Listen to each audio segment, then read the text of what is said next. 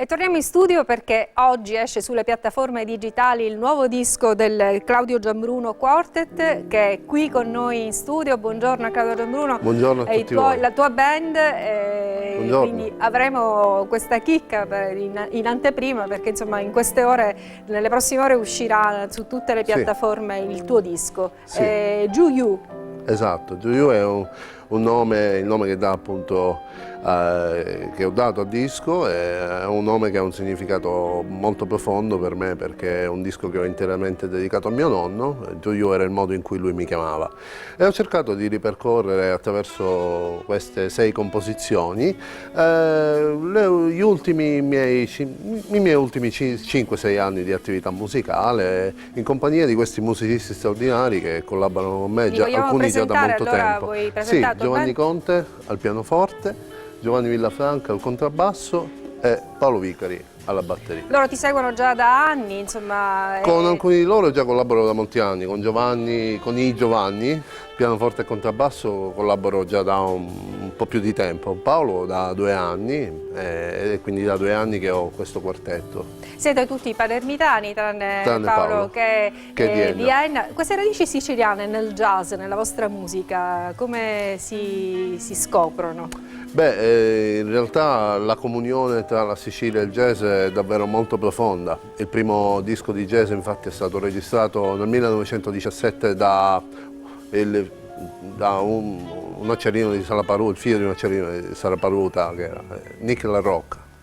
E quindi c'è una grossa comunione tra noi siciliani e il jazz. D'altronde Wynton Marsalis, che è una delle personalità più illustri del jazz, dice che appunto jazz is us, cioè loro, appunto loro gli americani, Jewish, gli ebrei and Sicilians, proprio perché noi abbiamo una caratteristica. Quindi entra di diritto la nostra isola con le nostre tradizioni musicali, con la nostra esperienza, con le nostre capacità soprattutto, che scopriremo subito ascoltando quale brano di Juju. Vi faremo ascoltare un brano che è il primo brano del disco, che si chiama Rudes Artist. E allora a voi la scena. Grazie.